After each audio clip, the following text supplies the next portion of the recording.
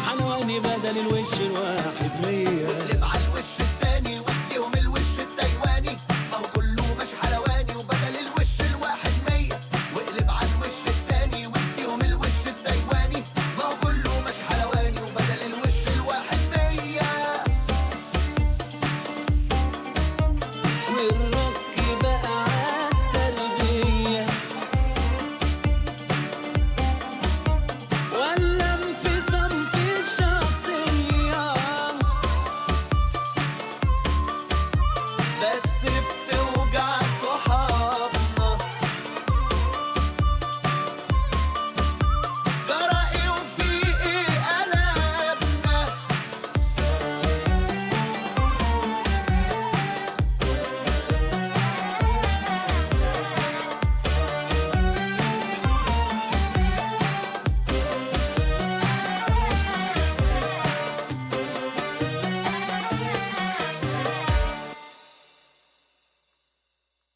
سالم،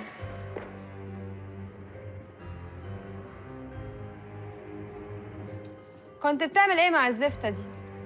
ما دام شفتينا يبقى اكيد عارفه ان احنا كنا بنتغدى مع بعض. وغير الغدا كانت عايزة منك ايه بقى؟ تتجوزني. ما استبعدش عليها اي حاجة، اصلها بجحة. وانت ايه بقى؟ لسه بحسبها. لو لقيت انها هتخلصني من الكابوس اللي هعيش فيه بقيه السنه دي، احتمال اوافق.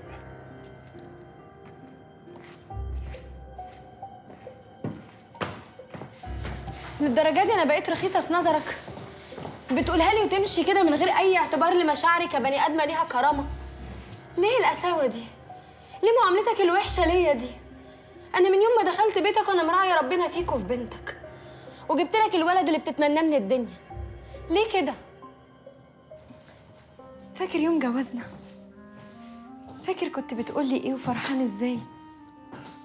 انا عاوز اعرف انا عملت ايه عشان ده كله. ايه اللي اتغير؟ انا غلطت في ايه؟ فهمني. انت واخده الموضوع على اعصابك لانك بصاله من بره. ست بتغير على جوزها، لكن اعكسيها. حطي نفسك مكاني، بدي ايدك في النار. حياتك من ناحيه وجوازك في الناحيه التانيه، وجوازك ده شرعا وقانونا لا هو حرام ولا هو عيب. لو انت مكاني تختاري ايه؟ تموتي ولا جوازة تفوت ولا حد يموت؟ مين قالك ان انا ايدي مش في النار ومش خايفة عليك وعلى حياتك؟ طب اعقلها انت. انا ليا مين غيرك في الدنيا؟ بس انا بشر يا سالم، مش ملاك عشان استحمل كل ده. مفيش أي حاجة تجبرك إنك تستحملي. كل واحد فينا عنده طاقة على التحمل. وعلى فكرة، في ناس كتيرة قوي ماتت لأنها استحملت فوق طاقتها.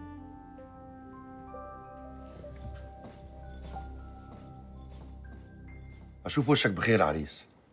بقول لك ايه، اوعى تخلي الجوازه تنسيك تشقر على ابوك يا اسامه، عشان ربنا يبارك لك. حاضر يا سيد. حطها في عينيك، البنت غلبانه وبتحبك وملهاش غيرك. اما بقى بنت المجنونه اللي جوه دي، هي او البغل اللي عايز يتجوزها عملوا حاجه كلمني على طول.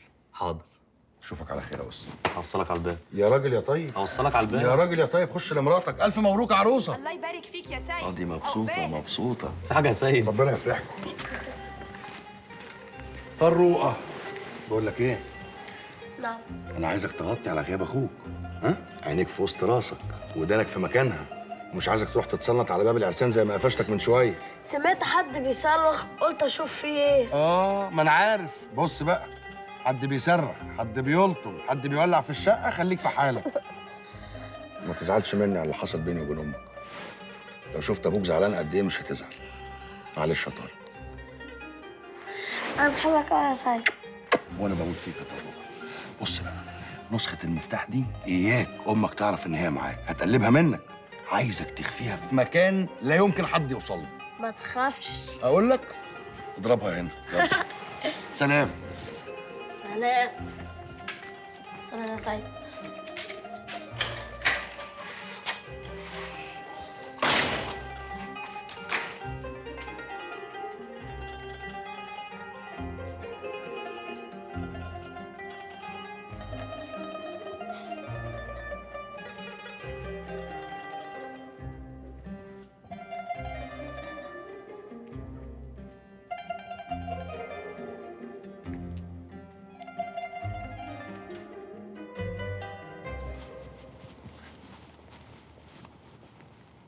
مساء الخير يا هاني. سيد طمني، باباك عامل ايه دلوقتي؟ ربنا معاه. انا قعدت معاه على قد ما اقدر، واخواتي هناك هيتابعوه ويطمنوني. بالمناسبه انت قلت لي لو احتجتوها، وانا الحمد لله وديناه مستشفى ما تاخدش فلوس، ناس عاملاها لفعل الخير. اتفضلي سعادتك. بس انا ما طلبتش منك انك تردهم. كفايه ان انت فكرتي ان انا في ازمه، ودي عندي بالدنيا كلها. ممكن؟ ماشي، بس ممكن يعني لو احتجت اي حاجه في اي ما تقلقيش، هتلاقيني بجح وابجح خلق الله كمان. استأذنك بس اخش استريح شويه. اتفضل.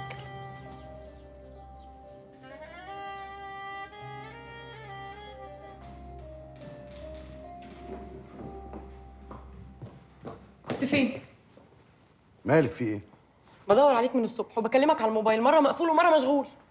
ابويا كان تعبان، نزلت اطل عليه. صح، انا عامله سايلنت عشان انا جاي في الطريق. خير؟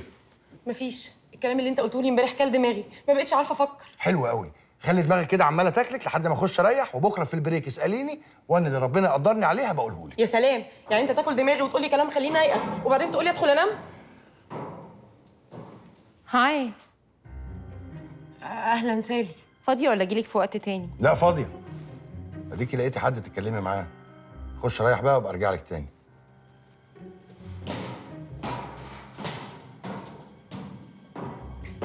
ايه؟ هو في كده؟ ايه في ايه؟ يعني انا ارسم وتكتك واخطط واوصلك للي انت عايزاه وفجأة تختفي ولا حس ولا خبر؟ يا بنتي هو انا لحقت اخد نفسي ولا افهم حاجة من اللي بتدور حواليا؟ لا والله. يعني بعد ما كنتي ويترس على الشط وفجأة بقيتي جوه الفيلا، عايزة تفهميني انك لسه ما خدتيش نفسك؟ ايه يا حلوة؟ ناوية تاخدي نفسك وانتي في اوضة النوم ولا ايه؟ ما تحترمي نفسك، انت مالك داخلة عليا شمال كده ليه؟ عشان فجأة اختفيتي من على الشط وبتصل بيكي وما بترديش عليا. قلت ايه؟ هي القطة ناوية تخلع ولا ايه؟ انت مش شايفة انك مستعجلة قوي على اني ارد لك الخدمة اللي عملتيها لي؟ يعني ايه؟ عايزة تفهميني انك لسه ما وصلتيش لحاجة؟ لا طبعا، هو انا هدوس لك على زراير اطلع لك معلومات؟ يا سالي صدقيني انا كنت امينه معاكي جدا والله، اول ما اوصل لحاجه هبلغك، بس انت اصبري.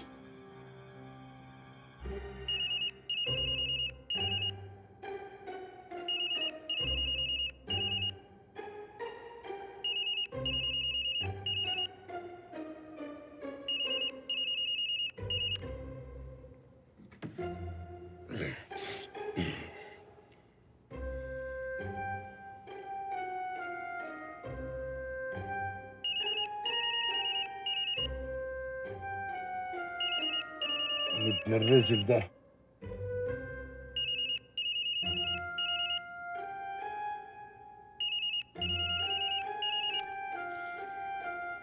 الو. ايوه.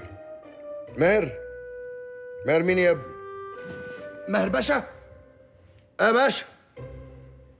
يا فندم، لا مفيش، اصل كنت مسافر مصر ولسه راجع تعبان قوي. دلوقتي؟ برضه؟ بقول لك تعبان يا باشا. حاضر يا فندم. حاضر يا باشا. حاضر يا باشا. حاضر يا باشا. حاضر يا باشا. حاضر يا باشا. الواحد كان طلع ظابط اسهل. هستنى. سلام يا حلوة. مع السلامه.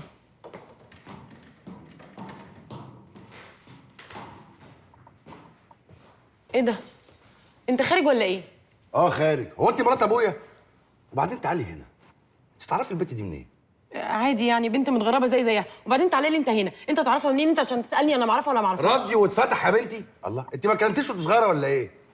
بقول لك ايه؟ ايه؟ خلي بالك منها وفتحي عينيكي. دي بلفت بسنت وريهان في نص يوم، واشتغلت مع بسنت بعد ما قعدت معاها نص ساعه بس، ما خدتش في ايديها غلوه. ماشي هاخد بالي. ايه ده؟ مش هنكمل كلامنا ولا ايه؟ والكلام هيخلص؟ احنا في قريه واحده يا بنت. قريه. مات؟ اتقتل. اتقتل ازاي يا باشا؟ انت مش قلت لي حادثه عربيه؟ متدبرة يا سيد. في فرق كبير قوي بين الإصابة الخطأ والإصابة العمد. أنا متأكد كويس قوي إن اللي خبط أشرف كان قاصد يقتله. الله يرحمه. كان راجل طيب وابن حلال. عشان كده لازم حقه يرجع. ربنا يقدر سعادتك يا باشا. هيقدرنا سيد. ان شاء الله هيقدرني، بس انت لازم تقف جنبي. انا يا باشا اساعدك ازاي؟ سالم الجرحي. سيادتك شاكك ان ليه علاقه بالحادثه؟ كل الاحتمالات مفتوحه قدامي لغايه ما احط ايدي على الدليل. سالم كان عارف اننا بندور وراه في موضوع قتل رشاد الله يرحمه. حصلت بيننا وبينه اكتر من مواجهه. مش بعيد يكون زهق من اشرف وحب يخلص منه. ايوه يا باشا، بس يعني ما توصلش للقتل. وده من وجهه نظرك انت ولا وجهه نظر سالم؟ باشا، هي المواضيع دي فيها كذا وجهه نظر، دماغي لفت. ده ركز معايا يا سيد، المعلومه دلوقتي تفرق عن الاول كتير. باشا عدم المؤاخذه، يعني انا مش فاهم حاجه. هو سالم الجرحي عنده عربيه جراند شروكي سودا موديل 2010؟ لا النوع ولا اللون ده موجود في الثلاث عربيات اللي عندهم في الفيلا. وتركز معايا يا سيد، يعني هو معقول هيخبطوا بعربيته الشخصيه؟ ايوه يا باشا فهمتك، انت تقصد عربيه من عربيات القريه. هو ده من النجمه، هقلب لك الدنيا عليها يا باشا. وبلغنا على طول، لو اني ما اظنش انها هتبقى لسه موجوده، بس هي محاوله يا سيد.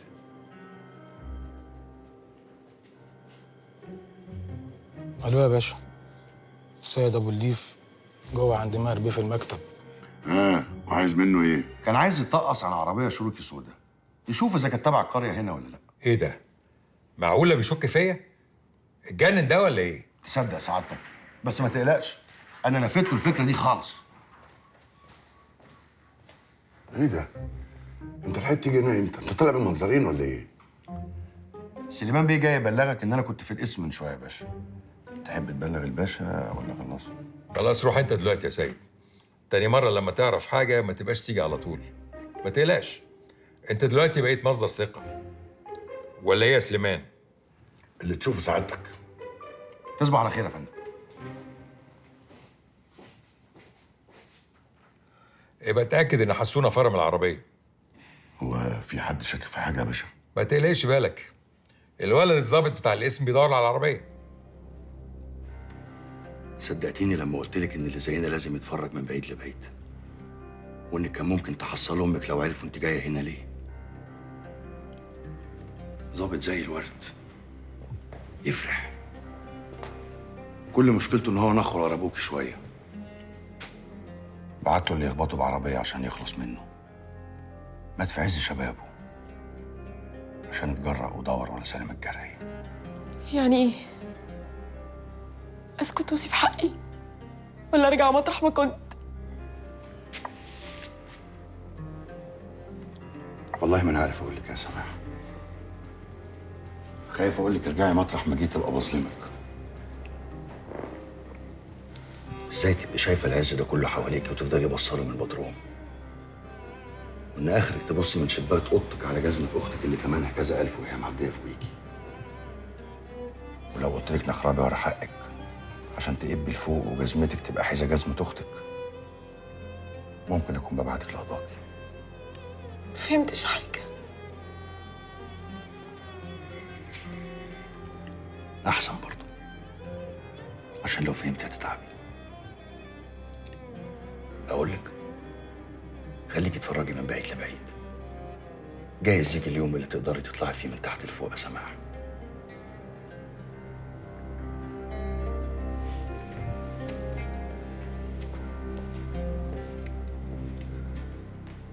الو. ايوه بس انت انا باسم. باسم؟ ايوه باسم السباع مرمي في التخشيب ولا بتسالي عليه، ولا كاني ابن عمك. ده يا شيخه حتى الزياره مستخسره انك تيجي تزوريني، ونسيتي كل اللي عملته عشان خاطرك. طب اسمعني بس، انا هقول اسمعي انت يا بنت عمي، انا لازم اشوفك وبسرعه. تروحي تقدمي طلب لزيارتي، بس خدي بالك لو اتاخرتي وما جيتيش هفصل الحكومه وابوكي مين كان ورا حاله التسمم اللي حصلت من راس السنه دي. انا مش هسكت. ها؟ سلام. تشكر يا دفعه. نبدأ. مش هتفتح الباب للراجل؟ قلنا مش هيعتبها تاني، وخليه يخبط لبكره، برضه هيمشي في الاخر. كفايه ده انا هفتحي بقى، انا جاي جاهز والشو واخد مني رقات. طب انتوا اتجوزتوا وخدتوا نصيبكم من الحياه، انا بقى ذنبي اقعد اتعذب؟ هو حلال ليكم وحرام ليا؟ وجوزك اللي في السجن كان جوزي، خلعته. انا سامع صوت جوه، يعني موجودين اهو. يا بنتي انت هتفضلي واقفه كده زي الصنم؟ هتشوفيه عمال يبيع ويشتري في امك وتفضلي ساكته؟ ما اقدرش اخالف اوامر جوزي، هو دلوقتي راجل البيت وكلامه يمشي على الكل واولهم انا. جوزك يا اختي وتحت باطك. طب وراجلي اللي بره ده؟ وبعدين بقى هعدي 3 واكسر الباب. 1 2. لم حالك ومحتالك واتكل على الله يا دوكش. انا سامع صوت حد بيتكلم ولا انا بيتهيألي؟ لف وارجع من مكان ما جيت، مالكش حد هنا خلاص. الله، ده صحيح بقى، يعني مش بيتهيألي. دخول بيوت الناس بالإذن والأدب، والإذن ده مش هتاخده تاني خلاص. وماله؟ وانا هدخل كباريه ولا صالة حظ؟ ده حتى الجواز اسمه ونصيب. اقول لك على حاجه، بلاش تفتح الباب، لان خلاص ما بقاش ليا كيف ادخل. لكن الشراعه كفايه تكفي الكلمتين اللي انا عايز اقولهم لك وزياده. وماله؟ نعم. نعم الله عليك يا سبة. اولا مبروك الجواز. انتوا مش اتجوزتوا ولا الخبر اللي وصلني مش صحيح؟ لا صحيح، لو انه ما يخصكش. ما يخصنيش ازاي بس؟ ده يخصني جدا، خاصة ان انا اطلع من عندك هنا على الاسم احاول انقذ انسان بريء اتهموه في قضية قتل. وانت عارفني مرضاش بالظلم ابدا. مالك بس؟ هو معقول الدوكش اللي مخه يوزن بلد يغلط غلطة زي دي؟ ده حتى معروف عنه الذكاوة والمفهومية في المنطقة كلها. ولا ايه؟ ايه؟ مش فاهم. اكيد انت عارف انك لو بلغت عن وردة بنت زبيدة مش هترضى تتجوزك بعد ما ترمي بنتها في السجن. ولا ايه يا زبيدة؟ بنتها ايه؟ بنت مين؟ ما ترد يا زبيدة، انا مش فاهم حاجة. مين بنت مين؟ ايه ده؟ هي ضحكت عليك انت كمان وما قالتلكش ان وردة تبقى بنتها البكرية مش اختها الصغيرة؟ بنتها؟ يا عم انت هتجنني ولا حكايتك ايه معايا بالظبط؟ يعني لا بحبه ولا اقدر على بعد يا حسونه. طب كبر الموضوع ليه يا صاحبي بس؟ مكبر ايه بس يا حسون؟ انا عايز افهم بقى، انت عايز ايه من سالم الجرح بالظبط؟ ابدا يا سيدي، شويه فكه يروحوا ويرجعوا بالسلامه زي كل مره. صلاة النبي صلاة النبي. بس وانس لحقت تخلص اللي معاك يا بسم الله ما شاء الله. 5 وخميسة يا ابو العز. ايه هو النق بقى على الكيف وعيني عينك كده ولا ايه؟ ما انت شايف حال البلد، الطلب بقى جامد قوي على السلاح اليومين دول. ما انت عارف يا حسونه السلاح بيروح لمين؟ يروح مطرح ما يروح. هو انا جايبه عشان يقعد في ارابيزي؟ يعني انت تخلص من السلاح اللي في ارابيزك يا حسونه والبلد تولع في بعضيها؟ لا وشوف مين اللي بينصحني يا ابو العز. البلد لو ولعت ده في مصلحتك. في مصلحتي انا؟ ازاي؟ اقول لك ازاي. البلد لما تولع الناس مش هتبقى طايقه بعضها ولا طايقه نفسها. تعمل ايه؟ تلهي نفسها. ازاي؟ بالضرب. من عند مين؟ من عند ابو العز. ساعتها ابو العز ياكل الوز. يا ابن اللعيبه، ده حته تذكروها يا حسونه ما يلعبوش غير كريستيانو ليوناردو في كلاسيكو.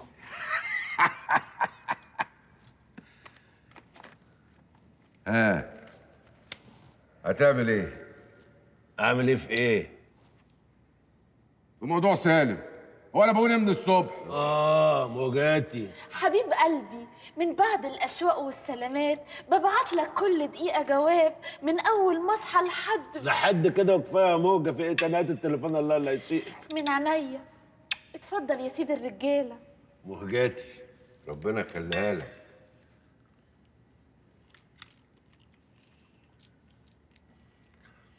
احلى صباح على حبيب الملايين. دلوقتي يا باشا احنا عازمين نفسنا على الغدا عند معاليك انا وحسونه، وهنجيب لك معانا محامي الشيطان ابو اليزيد. اصل حسونه يا باشا معاه قرشين بينقحوا عليه وعايز يجي لسعادتك. وماله؟ عشان خاطرك انت بس، ولو اني كنت ناوي اسيبه يرن شويه، انما يكرم عشان خاطر عيونك. تمام، مع السلامه. لا لا لا، ايه مالك مالك زي ما تكوني اتكهربتي كده. حضرتك تأمرني بحاجة تانية؟ مش لما تقولي لي مالك الاول. انا اول لما لمستك بالغلط كده لقيتك نطيتي، كنت هتخبطي في السقف. اسفة، اصلي اتخضيت. سلامتك من الخضه. حضرتك تأمرني بحاجة تانية؟ مش دلوقتي. اتفضلي.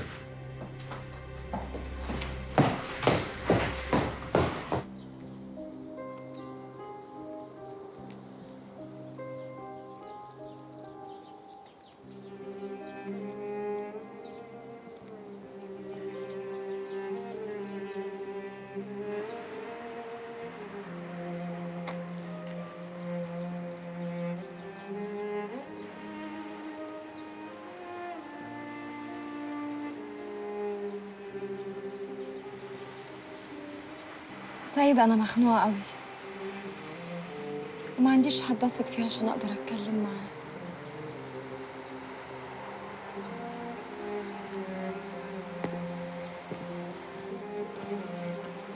سعادتك قولي كل اللي انت عايزاه وانت مطمنه، واول ما هتخلصي كلام ولا اكنك قلتي حاجه. تصور إن جوزي بيفكر يتجوز عليا، كل ده عشان إيه؟ عشان قراية فنجان. ولما قلت له إزاي هتعمل كده قال لي عادي، أي حد لو مكاني لو خيره هيختار اللي أنا اخترته ده. أنت لو مكانه يا سيد هتختار إيه؟ ولو اني مش فاهم اي حاجه من اللي سعادتك قلتيها، بس كل اللي انا متاكد منه ان انا اموت قبل ما ازعلك، مش هتجوز عليكي.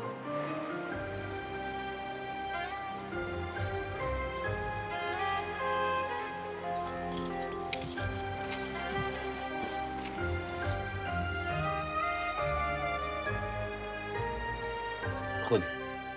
ايه ده ان شاء الله؟ وانا معقوله هخرج بردك وانت بره؟ ده مش عشان تخرجي، ده عشان لو حصل حاجه لا قدر الله وانا بره تعرفوا تخرجوا من الشقه. اذا كان كده ماشي. خلي بالك على نفسك. خلي بالك انت على نفسك، انا قاعده في البيت هيجرى لي ايه؟ اجيب لك ايه وانا جاي؟ بتضحكي عليا مجنونه انت. اصلي متخيلك وانت راجع لي اخر اليوم وشايل لي البطيخه في ايد والجورنال في الايد التانيه ولافف لي منديل محلاوي كبير حوالين رقبتك تمام زي بتاع ابو حفيظه كده. ابو حفيظه؟ الله يحفظك يا ستي. بهزر معاك. شوف انت نفسك في ايه وقولي، ترجع تلاقيه جاهز ومستنيك على سنجة 10. عايزك انت على سنجة 10. لا اله الا الله محمد رسول الله.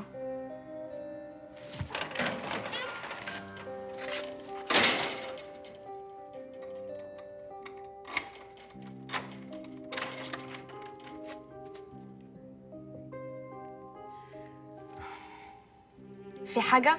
خلاص قلبك بقى حجر ناحيتي يا وردة. انت اللي حاولتي الحجر. ولاد فرحات لفوا دماغك وضحكوا عليكي وقسوكي عليا بعد العمر اللي عشناه كله مع بعض وسرنا واحد. محدش عمل فينا كده غيرك. عيشتيني عمري كله وانا مش عارفه اقول الحقيقه للناس، لحد ما صدقتي فعلا ان اختك مش بنتك. العيال كتيره وانا منى عيني انام في حضنك زي اي بنت في سن، بس انت حضنك كان دايما مشغول بالرجاله اللي بتتجوزيهم. ده انت قلبك معبي بقى وكاتمه وساكته وجايه على نفسك ليه يا حبيبتي؟ بصي يا ورده، احنا فيها واللي اتكسر يتصلح. خلاص الدكش عارف كل حاجه، عارف ان انت بنتي مش اختي، والدكش هيقف جنبك زي ما اسامه قالك، لا يمكن يأذيكي عشان ما يخسرنيش وما يخسرش جوازتنا. ها قلتي ايه يا ورده؟ هاتي المفتاح بقى، هاتي المفتاح ربنا يهديكي. كله الا المفتاح. هاتي المفتاح يا بت. لا يعني لا يا بت هاتي المفتاح، خليني انزل اقابل الدكش، خلي الليله دي تعدي على خير.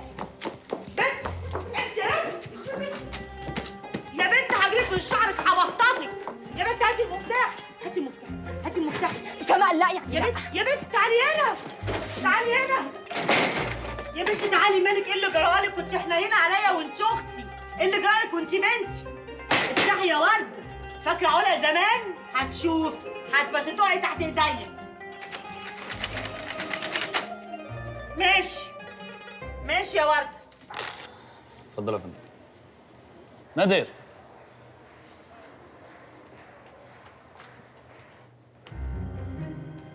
في ايه يا عم مالك؟ اتسرعت كده ليه زي اللي مسك سيرك عريان؟ لا مفيش حاجه. طب ايه؟ هتفضل متنح وتضيع عليا الفيلم ولا تاخد تذكره وتوريني الكرسي بتاعي فين؟ اتفضل.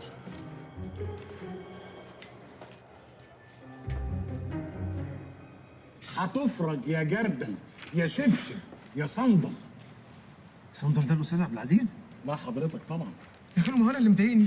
تخيل صحابي قعدوني مع واحده خلل وكمان عايزين يجوزوها لي. شكرا يا اسامه. هو انا واقع الدرجات يا خالو؟ امسك. ايوه. لا شكرا. يا جدع امسك، عيب ما تتكسفش، ده انا اول مره ادي لحد بقشيش. امسك. بقول لك ايه، سيد فين؟ وانت مالك ومال سيد؟ عايز منه ايه؟ عبد المأمور، الحكومه اللي عايزاه وانا بنفذ الاوامر. ولا انت نسيت انه هربان من الحكومه؟ طب ولما انت عارف ان هو هربان من الحكومه ما مسكتوش انت ليه فتك؟ هيحصل. انا اصلي دورتها في دماغي، لقيتك حاسبها صح ودماغك كبيره صحيح. العقل كده، زبيده هتوافق تتجوزني ازاي لو انا سلمت بنتها لحبل المشنقه؟ مش كده برضه؟ كده. عشان كده بقى انا جيت لك هنا النهارده، عشان تشوف وتختار هتسلمني مين، مراتك ولا اخوك. وانا مش هتشرط عليك، براحتك خالص، بس انا مش هرجع بايدي فاضيه. اقعد مع نفسك لغايه ما الفيلم يخلص، فكر وارسى على رايي. بقول لك ايه صحيح، في بره مكنه فشار، ما تجيب لي قرطاس فشار اتسلى فيه لحد ما تشاور نفسك او تشاور اخوك. حاضر. حضر لك الخير يا أس، بس وحياة شدة أبوك تتأخر عليا، ما أحبش الفيلم يبدأ والفشار مش في إيدي. يا اسامه. ايوه يا سيد. مالك يا ابني، في ايه؟ الدكش ده عندي هنا في السينما وبيخيرني، يا اما اقول له على مكانك يا اما هيبلغ عن ورده في موضوع زنات القديم، وانا مش عارف اعمل ايه. بقول لك ايه، انا وفي الامان وما يعرفليش طريق، ومراتك في بيتها مع امها مقفول عليها بابها، وهو عمره كده كده ما هيخسر زبيده يا اسامه، ما انت عارفه. بقول لك يالا، اكرته على قفاه، اوعى احس ان انت خايف منه. ايوه بس انا مش هقدر اضربه على قفاها اترفد، ما الزفت ده محسوب عليا زبون دلوقتي. يا ابني هتعوج لي بقي، هتشيل اكنك يا اسامه، اكنك كرته على قفاه. جامعات ايه اللي درستوها دي؟ واحد فشار بسرعه والنبي يا فتحي.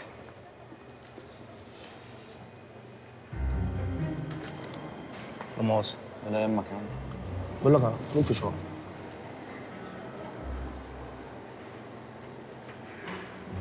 حبيبي يا فتحي.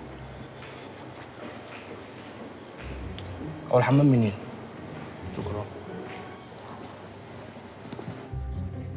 الفشار. ما تسيبك من فشار وخلينا في أهم الأنباء. سيد أخباره إيه؟ لا اطمن، هو جاي قريب عشان يقعد معاك وتتفاهم. إمتى؟ لا ما حددش. يعني إيه ما حددش؟ هفضل أنا قاعد مستني وصول حضرته؟ يا سيدي انا بنقل لك اللي قاله، لما تشوفه بقول له اللي نفسك فيه. اروح اشوف شغلي بقى ولا ايه رايك؟ وماله؟ مش عيب.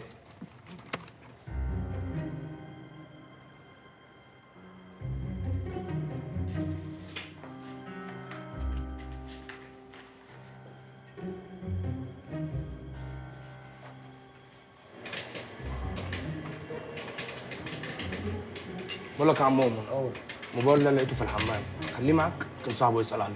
كتر ألف خيرك. حبيبي يا صاحبي.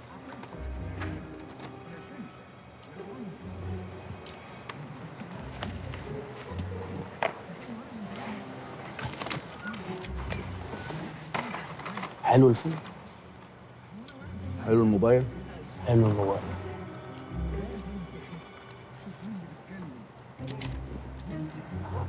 جيب فشار. خد فشار.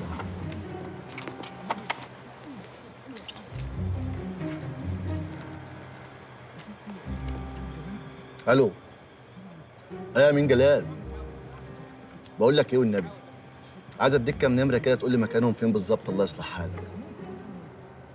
تعيش يا عم جلال. اكتب ورايا. كان لازم توصليني يعني ان هديلك عشان تيجي تزوريني ولا ايه؟ شايفني يعني خبيره قوي في اللي المفروض يتعمل في الظروف دي واللي المفروض ما يتعملش؟ انا لازم اخرج من هنا باي طريقه، انا مش جاي من اخر حته في الدنيا عشان اتحبس في البلد دي. طب ودي اعملها ازاي؟ اتصرفي، انا لازم اخرج من هنا. بس ممكن تهدى وتفهم؟ قولي يا بسنت عايزك تعملي كذا وانا هعمله لك، بس ما تسيبنيش كده وانا مش عارفه اعمل ايه. تشوفي محامي يفهم في الكلام دوت وتحكي له القصه وتدي له قرشين فوق فلوسه وتسيبيه هو يتصرف. حاضر. المهم عشان ما تضيعش وقتك على الفاضي، المحامي اللي انا عايزه مش مهم يبقى مشهور، انا عايز محامي صايع وليه في الشمال، فاهمه؟ طب وده اجيبه منين؟ شوفي الزفت اللي اسمه سيد. سيد؟ سيد، امال برحوم يروح يرميني في السجن ويقبض هو الثمن من ابوكي.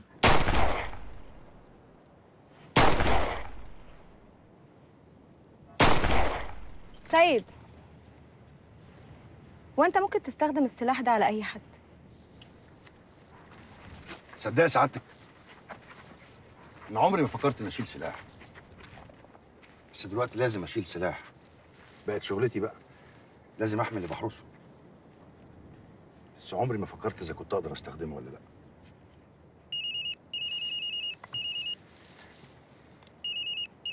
دي بسنت هانم. ممكن ارد؟ ايوه هانم. دلوقتي؟ طيب ممكن تديني ساعة زمن بس واكون عند حضرتك؟ أنا في مشوار شغل مع ريهام هانم. لا مش هقول لها طبعا. مع السلامة. هي بسنت متعودة تكلمك كده على طول في أي وقت؟ لما بيكون ليا غلط في حاجة بس. يعني إيه؟ مش فاهمة. عايزة الصراحة؟ لو تحب. هي غالبا مكلماني دلوقتي عشان تعرف أخبارك. أنا نسيت أقول لك إنها هتديلي دبل المرتب عشان أتجسس عليكي.